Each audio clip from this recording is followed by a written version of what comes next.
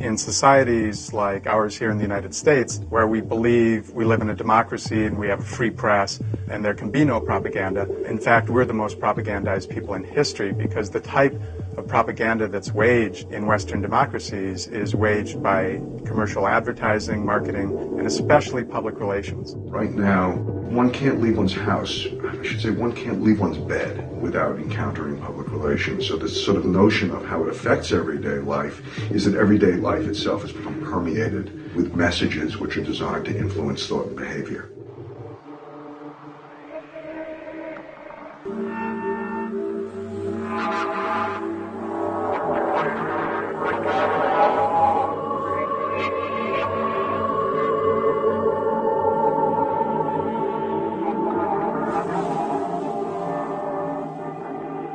The public relations industry is a multi-billion-dollar business owned by the advertising industry, and its job is to manipulate public opinion, news information, and public policy on behalf of its clients.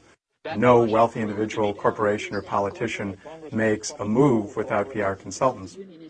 The tobacco industry, the chemical industry, the petroleum industry, the logging industry, the mining industry, the drug industry, these are the industries that fund most of the propaganda campaigns.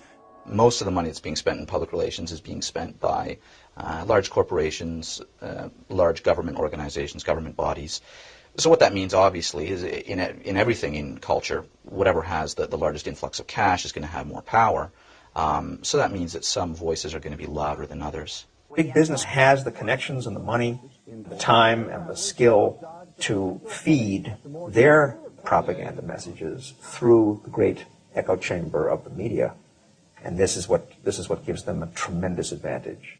Part of the role of a corporation in a democracy, part of the job of a corporation in a democracy, is continually to massage reality in which ordinary people will see an identity between their own interests and the interests of a corporate enterprise system. It's about using every kind of technology, using every media outlet, using every outlet, period, available in the society to convince people that what you want them to believe is good for them. Another way to distance the message from the source is to set up front groups that appear to be neutral but are funded and controlled by industry. For example, the Temperate Forest Foundation is funded by the logging industry. The Green Earth Society is funded by the coal industry, and the Water Environment Federation by the municipal sewage industry.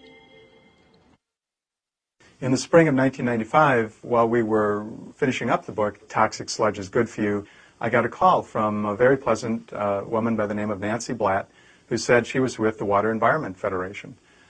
The Water Environment Federation is the sewage sludge industry.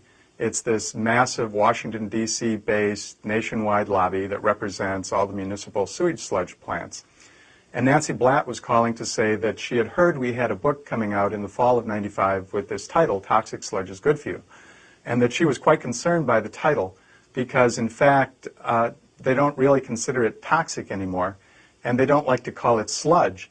It's now called biosolids, a natural organic fertilizer.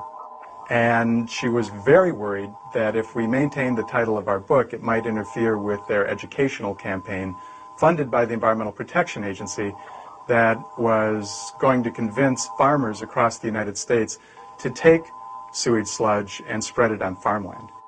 They actually sponsored a contest to come up with this Orwellian name, biosolids. They invented the name, and then they went about moving the name into the dictionary.